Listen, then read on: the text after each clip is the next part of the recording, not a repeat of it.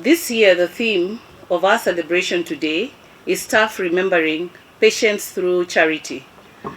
This could not have come at a better time, as our healthcare system is slowly picking up from the devastating effects of COVID-19 pandemic. KNH is currently championing the Adopt a Bed, what you've just been told about by Madam Ofubwa, that encourages Kenyans to donate beds that will make our patients comfortable as they continue to receive treatment at KNH.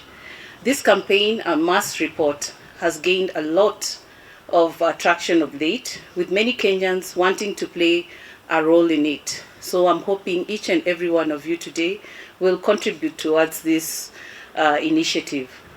The exercise is still on, and over the years, KNH has grown to its present capacity of 2,000 beds and attends to an annual average of 70,000 inpatients and 600,000 outpatients.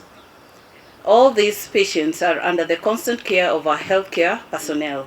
This, coupled with the relatives, family and friends who visit daily, to make KNH a hub of medical activities, with more than 30,000 people trooping in and out of the facility daily.